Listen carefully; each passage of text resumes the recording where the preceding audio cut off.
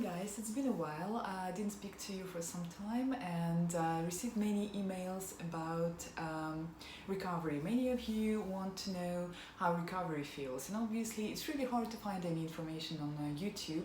I would say more detailed information about how recovery feels.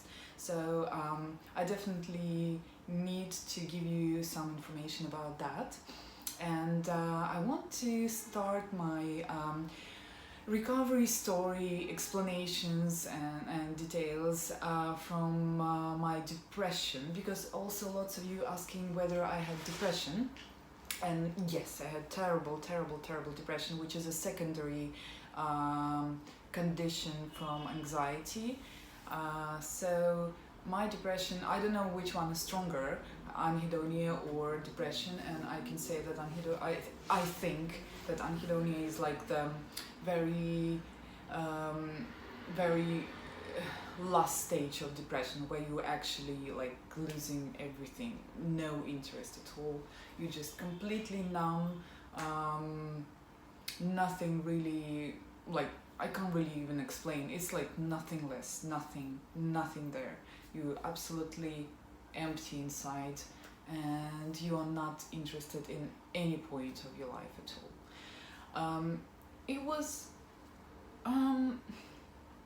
It seemed to me like it will never end, and I think the first signs of my recovery were when you start to miss someone, like very tiny moments, or when you start to wait for something.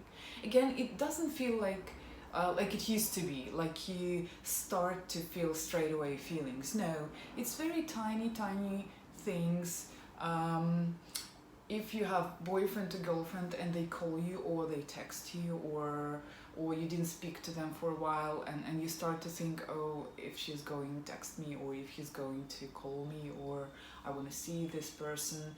So it will be very mild feeling, but still that's the first signs. Also one of the signs, it's same, but again, like if you love listening to music, watching movies, hobbies, if you start to feel tiny bits of like I want to do something, or even go for a walk, it does mean that you're on the right path.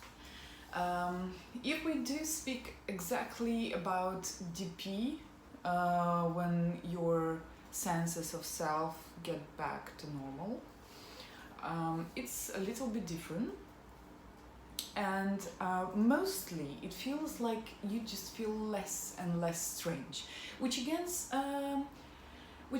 happening very slow, so you won't notice it. Like you wake up one day and you just like, wow, it's me, hey.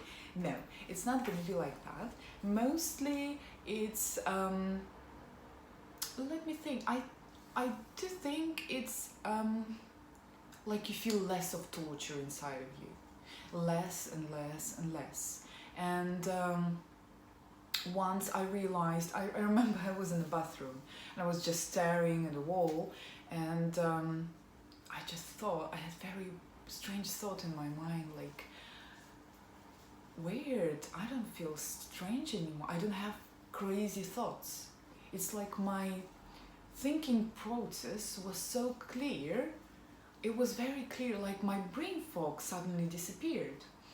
And that was the very bright moment of me understanding that I'm getting really better. Because there is a very interesting feeling when you think you're getting better, and actually you do, because trust me, every time you have this thought like, maybe I'm better, but then straight away you think, no, I probably just make it up, just because I really want to get better so much that I'm just probably making up these feelings, and there is nothing really getting better, it's just same. So trust me, if you have tiny bits of the feeling like something is better than it used to be, even if you have doubts about that, that's a very good sign, and you have to hold on to it, and you don't have to doubt it, you don't have to think that something is just, it's not your imagination at all, it's not, it means you're getting better. So stick to it, believe in it. And every day try to imagine this feeling, even if you do not have it anymore, even if it was just for a day, try to get back to that thought, get back to that kind of feeling that, oh God, it seems like I'm better. Like, visualize it again and again and again.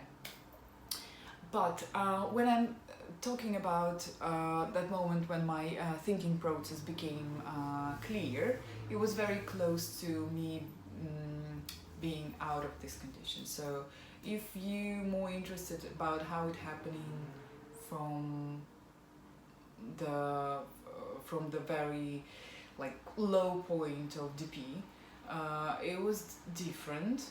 If you're interested about physical feelings, sensations, for example, because I didn't have feeling of my body and of my arms, hands, face, head, anything at all. So I was just like a ball of energy.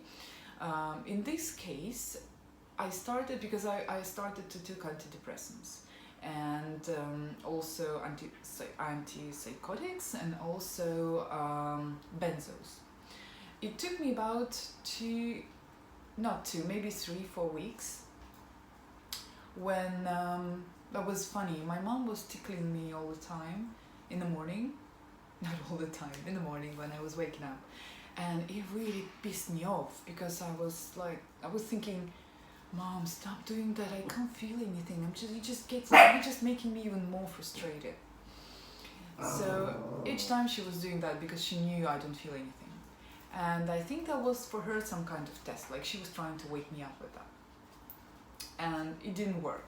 It didn't work. One day, another day, third day, fourth day. And once she did that, and it felt like I do have some sensation. But I didn't want to believe in it. I thought, no, that's just my imagination. It can't happen because my condition is so bad that it will never ever happen. I will never get back to normal. I will never feel my body again. So I was refusing from these sensations. I think a couple of days after she did that again, and oh my God, that was ticklish, and that was so unusual, such an unusual feeling. Like you forgot this feeling and you think you will never feel it again.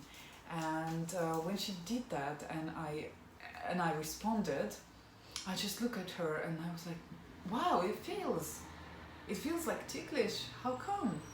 And she told me, look, I told you that we have to do that, we have to try, we have somehow to wake you up. We have to try do it in different ways, and you don't have to hide from it. You don't have to say it will never happen, because as long as we're trying, we have a chance. And since that moment, slowly, I wouldn't say even slowly, quite fast, my physical senses were coming back. So my head came back, and generally my body, not straight away, so I still felt a little bit weird. So it was like it's coming back, but it's not for 100%. So I still had a feeling like I can